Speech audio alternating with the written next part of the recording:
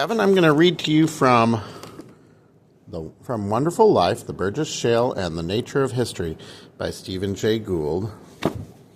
And we are now in Chapter 5, The First Fauna of the Cambrian Explosion. Our hypothetical advocate of the cone and ladder might be willing to give ground on these first two incidents from the dim mists of time. But he might then be tempted to dig his entrenchment across the Cambrian boundary. Surely, once the great explosion occurs and traditional fossils with hard parts enter the record, then the outlines must be set and life must move upward and outward in predictable channels. Not so. As noted in Chapter 2, the initial shelly fauna, called Tomatian, to honor a famous Russian locality, contains far more mysteries than precursors. Some modern groups make an undoubtedly first appearance in the Tomatian, but more of these fossils may represent anatomies beyond the current range. The story is becoming familiar, a maximum of potential pathways at the beginning, followed by decimation to set the modern pattern. The most characteristic and abundant of all Tomatian creatures, the archaeocyathids, which is in Figure 5.6, and there's Figure 5.6, are an archaeocyatid showing the basic organization of cup within a cup. Okay, a little closer look. You've got this thing called the intervalum, which looks like cavities. You've got these peries, which are struts across the two walls. There's an outer wall and an inner wall, and there's pores. And there seem to be some sort of strings that attach it to something, some sort of physical structures. Okay, so the archaeocyathids represent a long-standing problem in classification. The familiar litany plays again. These first reforming creatures of the fossil record are simple in form, usually cone-shaped with double walls, cup within cup. In the traditional spirit of the shoehorn, they have been shunted from one modern group to another during more than a century of paleontological speculation. Corals and sponges have been their usual putative homes. But the more we learn about archaeocyathids, the stranger they appear. And most paleontologists now place them in a separate phylum, destined to disappear before the Cambrian had run its course. Even more impressive is the extensive disparity just now being recognized among organisms of the small shelly fauna. That's SSF. Tomatian rocks house an enormous variety of tiny fossils, usually 1 to 5 millimeters in length, that cannot be allied with any modern group. According to Bingston 1977 and Bingston and Fletcher in 1983. We can arrange these fossils by outward appearance as tubes, spines, cones, and plates. And here we have Figure 5.7 is going to show a representative sample. I'll turn the page for that. Okay, here we have Figure 5.7, representative organisms of unknown affinity from the Cambrian small shelly fauna. Okay, Rosenoff, 1986. So A is called a tomatia, apparently. That's 0.5 millimeter. Okay, there's B. Also, they're showing 0.5 millimeter. So that little line is 0.5 millimeter. Tomatia is longer than 0.5 millimeter, so it's giving you a scale. Okay, so B is known as Hyolithelus. And C, which looks like a little tiny turtle shell. And now we've got, that's really tiny because that scale is saying 0.02 millimeters. And that's the Lenargarian. I'm not sure how to pronounce that. At any rate. Okay, so we can arrange these fossils by outward appearance as tubes, spines, cones, and plates. But we do not know their zoological affinities. Perhaps they are merely bits and pieces from an era of of early, still imperfect skeletonization. Perhaps they covered familiar organisms that later developed the more elaborate shells of their conventional fossil signatures. But perhaps, and this interpretation has recently been gaining favor among aficionados of the small shelly fauna, most of the Tomatian oddballs represent unique anatomies that arose early and disappeared quickly. For example, Rozanov, the leading Russian expert on this fauna, concludes his recent review by writing, quote, "Early Cambrian rocks contain numerous remains of very peculiar organisms, both animals and plants, most of which are unknown after the Cambrian.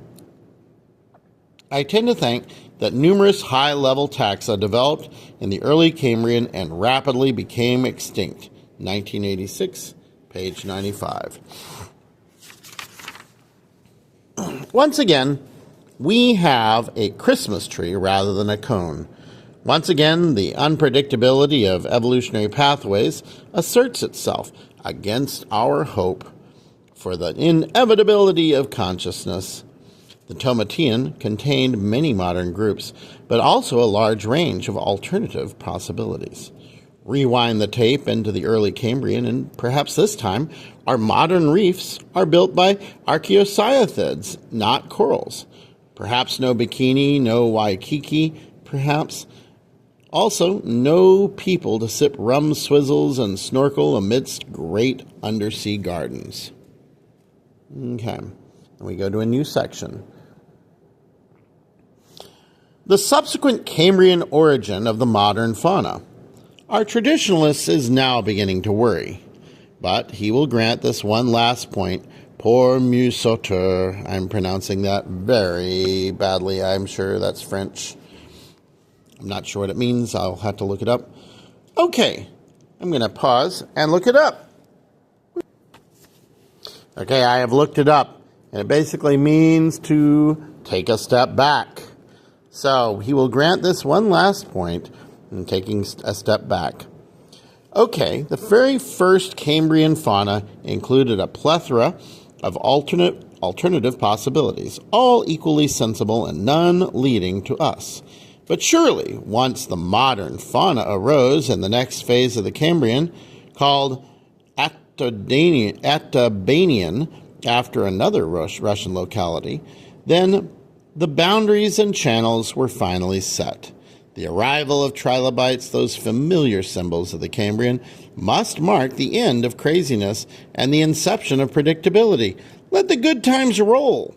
This book is quite long enough already, and you do not want a second verse, same as the first. I merely point out that the Burgess Shale represents the early and maximal extent of the Attabanian radiation. The story of the Burgess Shale is the tale of life itself, not a unique and peculiar episode of possibilities gone wild. Okay, I'm going to read this next section, and then we'll stop. The origin of terrestrial vertebrates. Our traditionalist is now reeling. He is ready to abandon virtually all life to contingency, but he will make his last stand with vertebrates. The game, after all, centers on human consciousness as the unpredictable product of an incidental twig, or the culmination of an ineluctable, or at the very least, a probable trend. To hell with the rest of life. They aren't on the lineage leading to consciousness in any case. Surely once vertebrates arose, however improbable their origin, we could then mount confidently from ponds to dry land, to hind legs to big brains. I might grant the probability of the most crucial environmental transition from water to land if the characteristic anatomy of fishes implied, even for incidental reasons, an easy transformation of fins into sturdy limbs. Needed for support in the gravity of terrestrial environments. But the fins of most fishes are entirely unsuited for such a transition. A stout basal bar follows the line of the body axis, and numerous thin fin rays run parallel to each other and perpendicular to the bar.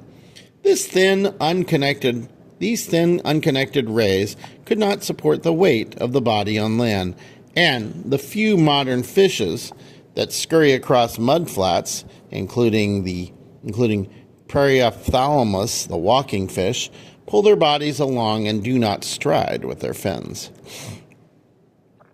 Terrestrial vertebrates could arise because a relatively small group of fishes, only distantly related to the standard issue, happened, for their own immediate reasons, to evolve a radically different type of limb skeleton, with a strong central axis perpendicular to the body, and numerous lateral branches radiating from this common focus.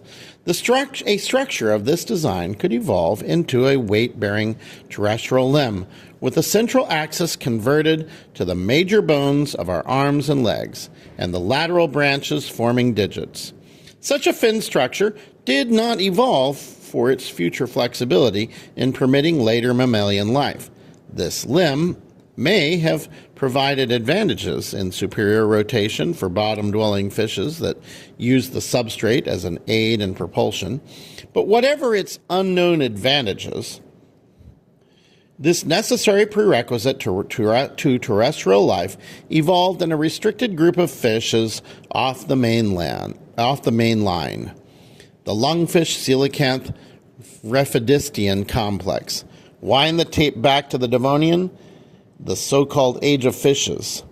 Wood and Observer have singled out these uncommon and uncharacteristic fishes as precursors to such conspicuous success in such a different environment. Replay the tape again. Replay the tape. Expunge the Rhaphidistians by extinction, and our lands become the unchallenged domain of insects and flowers. The next section is passing the torch to mammals and the origin of Homo sapiens. We're closing in on the very end, an epilogue on Pikaia, which is a really cool critter. So, I love you, and I hope you sleep tight, and I hope the chappies don't bite. And here are some kisses. Mwah, mwah, mwah. Good night, Devin. I love you.